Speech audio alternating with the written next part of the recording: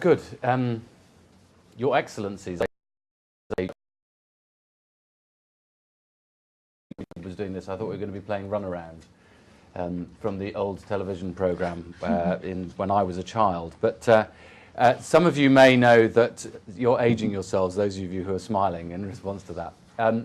Some of you may know that I spent a period of time in 1986 in Latin America. I know this is an unusual innovation in government reshuffles, that we put people who have had some experience in the particular area into the jobs that they know a little bit about. But I assure you, I certainly can't claim to be an expert, not least because I was only in Latin America for less than a year. But it was a really fascinating time. Alan Garcia was the president of Peru. He'd just been elected at 34, one of the youngest world leaders, the same age as Gustavo Gutierrez in Spain. As Felipe González in Spain. Gustavo Gutierrez is who I was studying liberation theology with in Lima.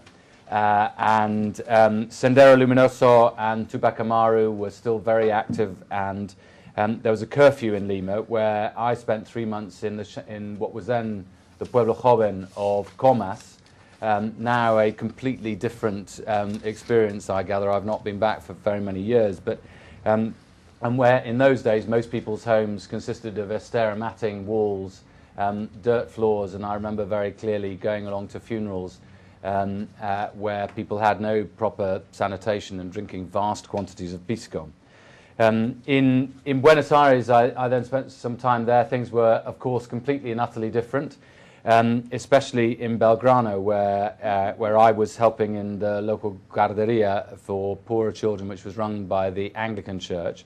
Alfonsín was in power. The Austral was the currency. Again, lots of things have changed, haven't they? The scars of the recent dictatorship were very much evident everywhere. I was studying I was helping out in a human rights organisation as well, and studying at ISERET, which was the Protestant theological college, which had advanced a lot of liberation theology ideas at the time. And several of the students had been imprisoned during the dictatorship, and at least a couple of my friends had been badly tortured. So I became aware of a lot of the very recent history, and there was one on the number 38 bus that I used to take every day. There was one building that everybody used to turn to the right when we were going in one direction, and used to turn to the left when we were coming in the other direction. And it took me ages to realize why that was. It was because people were turning away from a building which looked like a hospital, but actually had all its windows blacked out, and had written on it, "Aquí se fusiló." People were shot here. The movie hit at the time, and Argentina is a country that absolutely loves its cinema. Often it gets movies before we do here. Was La Historia Oficial, about a woman who slowly realizes that the child that she and her husband have adopted during the dictatorship had in fact been the child of trade unionists who had been disappeared. And then I made a brief visit to Chile. Pinochet was still very much in power, and I often remind people in this country that September the 11th was a date that had a significance in Latin America before it had a significance in the United States of America. He was very much in power. I attended the funeral of a young Chilean who lived in the United States but had had petrol poured over him by the police and had been set fire to. And the army turned up to the cathedral with tear gas and water cannons. And one of the things I felt most strongly about, one of the things that in the end led to me joining the Labour Party when I came back to Britain, was the fact that all the tear gas canisters that were used there had the words "made in the United Kingdom" or "made in Great Britain" written on them. What also really struck me was that at the funeral, the crowd, it was a vast crowd, mostly of young people, young students, sang Gracias a la Vida, a song that many of you may know well, and a song I heard time and again across the continent. As you know, it means thanks to life, which has given me so much, the song goes on. It's a classic example of much of the music of the time. It sort of swerves between being a romantic statement of one person's passion for another, and then it's a protest song about human rights and about war and about people. Then it sort of swerves back again to being about the human endeavour. like a lot of Latin American culture, that combination of the personal and the political and the wider cultural significance very much part of that song. And I mention the song because in the end, I think, like so much of Latin American culture, it seems to me that that song is about dreams, personal private dreams, and of course grand political dreams as well. And in the end, I believe as a politician that the whole of the political endeavour is about making personal dreams possible. And I say that as somebody who represents one of the poorest constituencies in Britain, in the Rhondda in South Wales. Now, I know that the more cynical, maybe even in the room, but the more cynical amongst us may say that dreamers nearly always end up as failed politicians. And all too often, the demagogues around the world, when they've lost their own belief in their dreams, have abused their positions and abused the dreams of others. Of course, we must always keep politicians' feet firmly on the ground, a view I think firmly espoused by the Daily Telegraph at the moment. But politicians without dreams are absolutely worthless. And I would suggest that international relations that are not based on, or at least do not recognise, the dreams, the hopes and aspirations of ordinary people will always fail. Now, I know, the world has tended to be dominated by the talk of the American dream. But the Latin American dream has always been every bit as potent. At its heart, of course, the dream of independence. Never better articulated, I think, than in a book that I read many times back in the 80s, a book from the 1970s by Eduardo Galeano, Las Venas Abiertas de Latinoamérica. And that dream is about the aspiration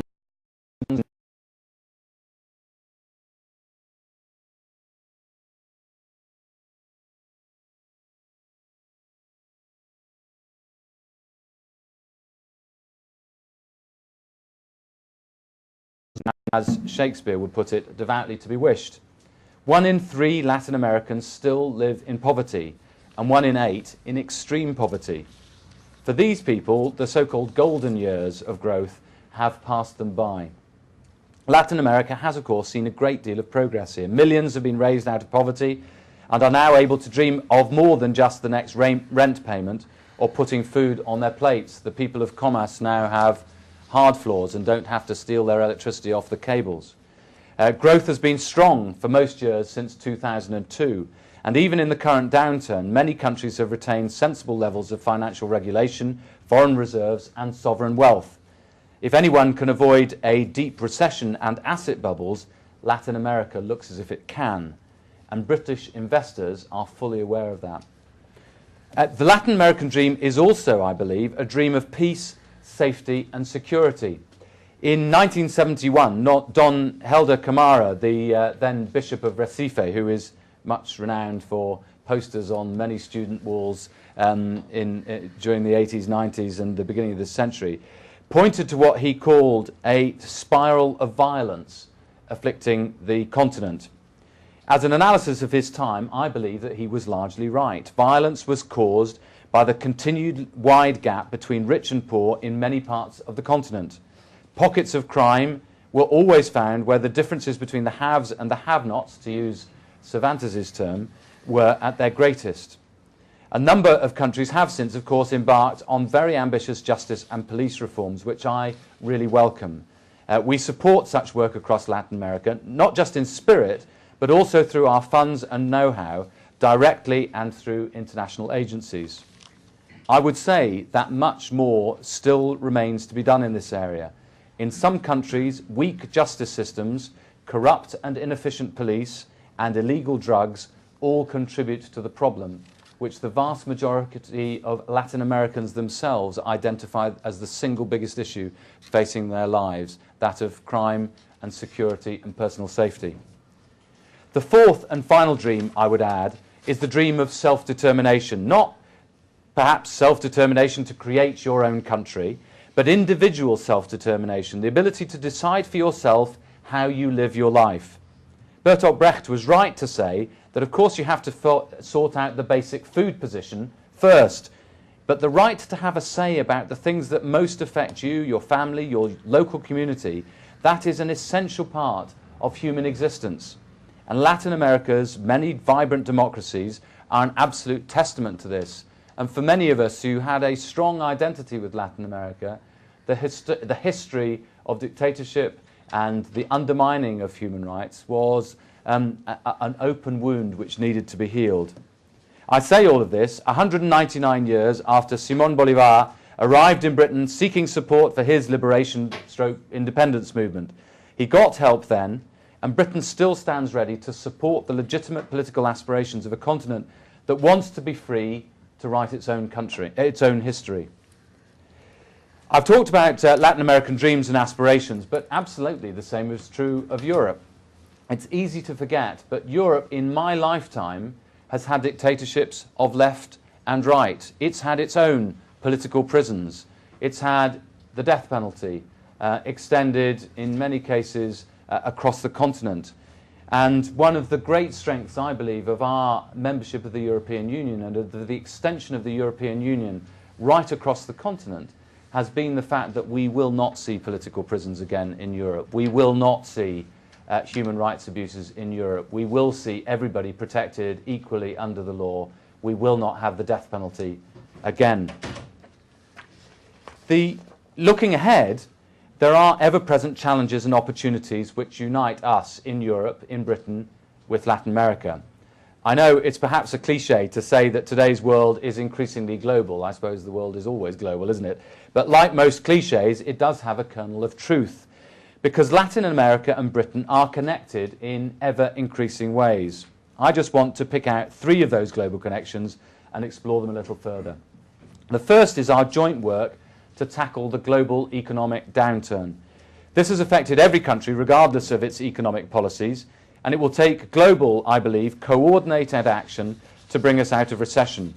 I'm pleased that the G20, 3 of whose members are from Latin America, agreed ambitious measures in April to do so, and I would say that the role that Latin American countries played in that debate was absolutely crucial to the successful outcomes of the G20. I hope that the Prime Minister, our Prime Minister Gordon Brown, can count on Latin American support for further agreements in the forthcoming G20 summit, because without coordinated action, I believe poverty and further economic problems will remain. Free trade has, I believe, made the single biggest contribution to rising standards of living across the globe in the past few decades, and it's worth qualifying this. We increasingly recognise that free trade must also be fair trade. There is no long-term future in trading when one side wins and the other loses, and there's no benefit to any side of the argument when we retreat into protectionism. The second global connection is our cooperation to ensure global security. A globalized world creates globalized threats. The same capital that can zoom around the world to enable a major takeover can also be used to finance drugs or terrorism. When terrorists and criminal gangs are able to cross borders and coordinate their activities over the internet, no one country can successfully face this threat alone, because no one country is hermetically sealed. And today, of all days, the 4th anniversary of the 7th of July, the 7/7 terrorist attack on London, brings this fact very sharply into focus. The third, and perhaps the greatest connection between the United Kingdom and Latin America, is our work to address global climate change. It's an issue that touches so many other issues, and it has a multiplication effect on other threats. Dangerous climate change is not just an environmental issue. It makes achieving prosperity harder. It could shrink our economies, as key figures have now shown, by as much as a fifth. It makes achieving security harder. Scarcity of water could result in mass movements of population, causing resentment and, at worst, civil unrest. And it makes achieving equity harder. It is always the poor, often living in low-lying areas, who suffer most from dangerous climate change. Latin American countries, of course, as I'm sure you all know, cover the spectrum of climate change issues, from melting glaciers in the Andes, which threaten the water supply of 40 million people, to increased desertification that will render new, now fertile land useless and prompt mass migration and social upheaval. This is every bit as much an issue for Latin America as it is for the rest of the world. And that's why all our eyes are on Copenhagen this December. I believe, and our government believes, that this is our best and last chance to limit the impact of global climate change. We must see a breakthrough deal agreed in December if we are to see global warming peak at 2 degrees in the next 2 decades. It will take, I'm absolutely certain of this, Latin American countries to reach this deal. We will not have a deal without the active cooperation, lobbying and determination of Latin American countries. Latin America has links that we don't have into the G77 and others. We very much hope, I passionately beg Latin American countries to use those links to make sure that we get a successful outcome in December. Dealing with all these global issues will bring us ever closer together, that is, the United Kingdom and Latin America. Neither individual countries nor regions can deal with the problems of today, so the roads we are on are gradually but very definitely converging. And therefore we need to look we need to work together far more effectively. That means greater cooperation in the United Nations and other international bodies, where we can make a big difference, I believe, on these issues if we can work together. In concluding, I want to offer some key challenges. First, to Britain and to Europe, I say take the opportunity of looking at Latin America not through the haze of historic associations or stereotypes, but with eyes wide open to the possibilities the continent affords. In particular, I would say, to British business, look at the vast potential of the people of Latin America. This is a continent of over 500 million people, brimming with talent and opportunities and life and charisma and determination, all available and ready to work with British companies. And I would say to British business, seize hold of those opportunities. And to Latin America in general, 3 pleas really. First, work with us to get the most out of the international political institutions, because we are all bound in a common endeavour that can only be fully realised when we work together.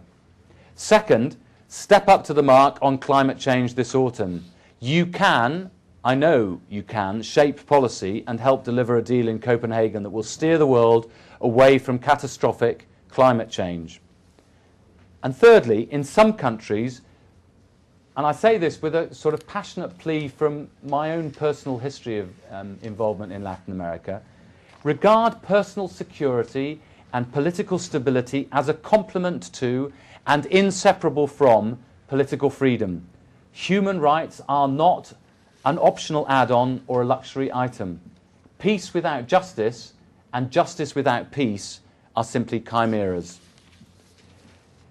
Finally, there is another song. I'm sorry to go on about songs from the 1980s. Makes me seem very retro, very Joan Armour trading. But there's another song from the 80s, Solo le pido a Dios by Leon Gieco, which was much sung by one of my favourite Latin American artists, Mercedes Sosa.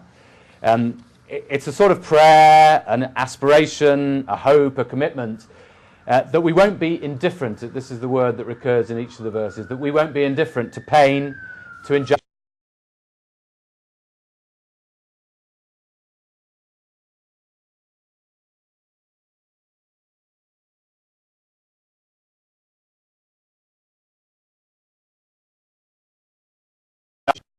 not to be indifferent to our shared future. Thanks very much. Thank you very much indeed.